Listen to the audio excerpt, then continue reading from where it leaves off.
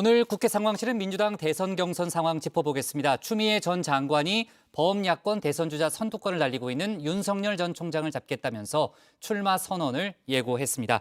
이런 가운데 민주당은 내일 대선 경선 연기 문제를 논의하기 위해 의원총회를 여는데요. 관련 소식을 유정화 실장이 정리했습니다. 네, 여정회에서 다정회로 개편을 하면서 국장이 말씀을 하시길 코너를 싹 다듬으라고 하시더라고요. 이제 여당 반장이 아니라서 제가 야심차게 만들었던 코너 여당 반장이 전하는 동화 여전환 동화 코너를 이제 쓸 수가 없게 됐습니다. 대신에 유정화 실장이 전하는 동화 실전 동화 코너로 가보겠습니다. 뒷마당에 복숭아꽃이 피는 동산을 누가 차지할 것인가를 두고 민나라 장수들이 자웅을 겨룰 때가 왔어. 명장수와 락장수, 균장수의 한판 승부는 일찌감치 예정된 거였지. 그런데 진짜 전투에서 맞붙을 힘나라 군주는 민나라 장수들의 승부보다 2달 뒤에나 결정된다는 거야. 락장수와 균장수는 마침 역병도 아직 유행이니까 민나라의 대결도 그때로 미루자고 했어. 안 그래도 우리끼리의 대결에 사람들이 관심이 없을 것 같다면서 말이야. 그런데 나도 대결에 참여하겠다면서 매 한 마리가 날아왔어. 일명 추다르크라고 불리는 꿩 잡는 매, 추장수야. 네, 정회원분들은 눈치채셨죠? 여권 대선 주자들의 얘기입니다. 추미애 전 장관이 이틀 뒤에 대선 출마를 선언하는데요. 슬로건은 사람이 높은 세상입니다. 사람이 먼저를 넘어서 사람이 높다는 건데요. 주권 재민의 헌법 정신을 구현하고 또 선진 강국의 진입로에서 국민의 품격을 높이는 나라를 만들겠다고 했습니다. 역시나 헌법 정신을 내세우면서 직을 던진 윤석열 전 검찰총장을 잡겠다면서 벼르고 있는데요. 본인의 등판으로 윤 전 총장이 중간에 그만둘까 봐 걱정이라고 하기도 했죠. 저만큼 윤 총장을 잘 아는 사람이 없기 때문에 제가 꽁 잡는 매다. 윤석열 전 검찰총장이 대통령 되는 거는 막으시겠다는 이런 각오도 담겨있는 겁니까? 저는 우선 본선 무대를 끝까지 뛸 수 있을까를 너무 빨리 내려가지 않을까. 그러면 윤 전 총장이 오래 가지 못할 것이다 이렇게 예상하신다는 제가 볼 때는 말씀인가요? 네, 오늘자 한국사회여론연구소 KSOI 여론조사 결과를 보면요. 윤 전 총장이 38%로 이재명 경기지사에게 13%포인트 앞섰습니다. 추미애 전 장관은 2.7%로 조사가 됐는데요. 여권 내 대선 주자 적합도를 좀 살펴보면요. 박용진 의원과 함께 빅3 구도를 지금 흔들고 있죠.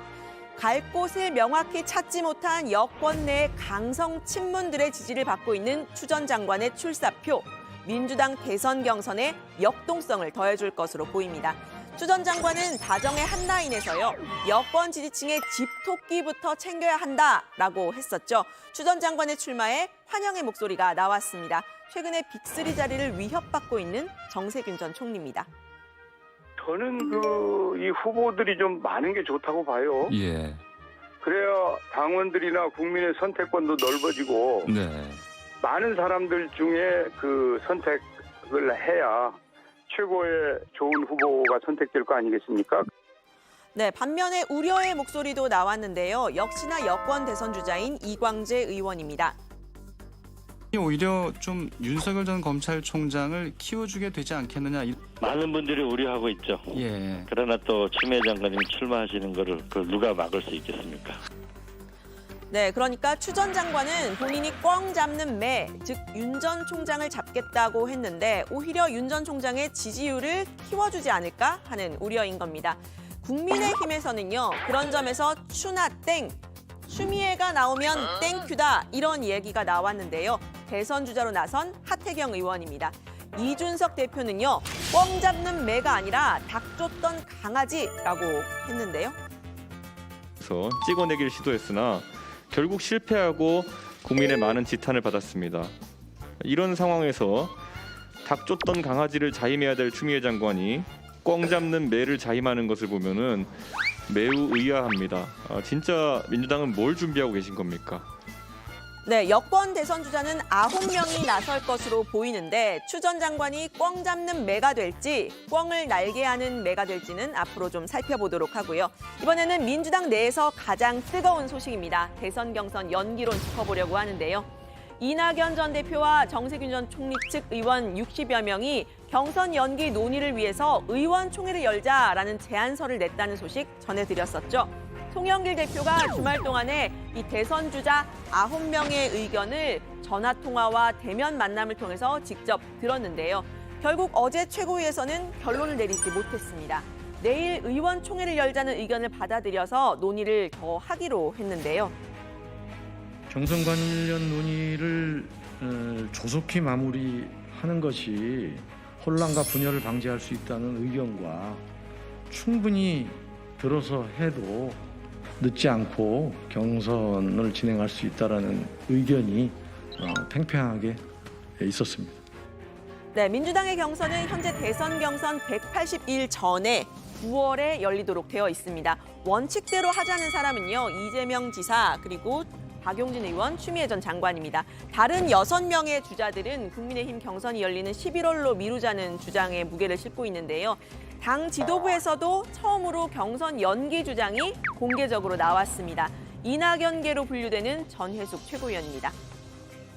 저는 지난 당대표 최고위원 선거의 현장에 있었습니다. 4, 5명 남짓 앉혀놓고 유세했습니다. 당원과 국민 속에 있지 못했습니다. 대선 경선마저 이렇게 치를 수는 없습니다. 경선 시기 조율이 필요하다는 권리당원 서명자 수가 이틀 만에 2만이 넘었습니다. 이렇게 당원들의 요구가 절박합니다. 네, 경선 연기에 강하게 반대하고 있는 여권 주자 1위인 이재명 지사에게 양보를 하라는 압박도 나왔는데요. 당무회의의 그 표결까지 가지 않고 결국 대타협이 일어나기를 희망하고요. 이럴 때 항상 보면은 1등 여론조사 1등한 분이 전격 양보를 해서 당도 살리고 지지율도 높이는 게 저는 가장 현명한 길이라고 보고, 여태 보면은 문재인 그 대통령 후보도 경선의 방식이나 이런 걸 다 양보를 했었거든요. 네, 경선 연기를 하느냐 마느냐에 대해서 국민들은 별로 관심이 없다, 이런 의견도 나왔죠. 결국은 당내 권력 투쟁을 위한 것 아니냐, 1위 후보 흔들기 아니냐, 이런 분석도 나왔습니다. 이 주장은 여권이 아니라 야권에서 나왔습니다. 1등하는 자하고 추격하는 자하고 늘상 싸우는 게 권력의 속성 아닌가요? 네. 그리고 지금 권력을 쥐고 있는 이 청와대와 또 친문의 핵심 세력이 1등을 하고 있으면 다른 사람들이 만약에 2등하는 사람이 2 요구했으면 무슨 소리냐고 일축했을 거예요. 예. 그건 늘상 똑같은 거예요. 네, 경선 연기론 매번 선거 때마다 불거지는데요. 탄핵 여파로 갑작스레 치러진 지난 대선 말고 2012년에도 결국은 대선 경선이 연기가 됐습니다. 대선 전 180일에서 80일 전으로요. 9년 전의 경선 연기론의 이유는 8월의 런던 올림픽, 그리고 그때 당시에 변수로 작용했던 안철수 당시 서울대 융합과학기술원장의 등판 여부였습니다. 그때는 민주통합당과 새누리당 모두 경선을 연기했는데 인과관계는 알 수 없지만 결과는 민주통합당의 패배였습니다. 당시에 경선 일정 연기 조정을 담당했던 현 대선 주자는 지금 연기 반대론에 무게를 싣고 있는데요. 7월 25일이 이제 그 런던 올림픽 시작되기 전날인가요? 마지막 수요일 같습니다. 7월에 그때쯤을 목표로 해서 그 1차적으로 안이 나올 수 있도록 열심히 하도록 하겠습니다. 네, 추미애 전 장관의 등장으로 민주당 대선 경선의 관전 포인트 하나 더 늘어난 듯합니다. 그만큼 더 치열해진 겁니다. 또 대선 경선 연기를 놓고서요, 당내 갈등이 점점 치열해지고 있는 듯한데 결국은 이를 결정할 송영길 대표의 리더십이 시험대에 오른 셈입니다. 오늘 발제는 이렇게 정리합니다. 꽝 잡는 추미애 곧 등판. 민주당 경선 연기 의총 개파 갈등 전년전.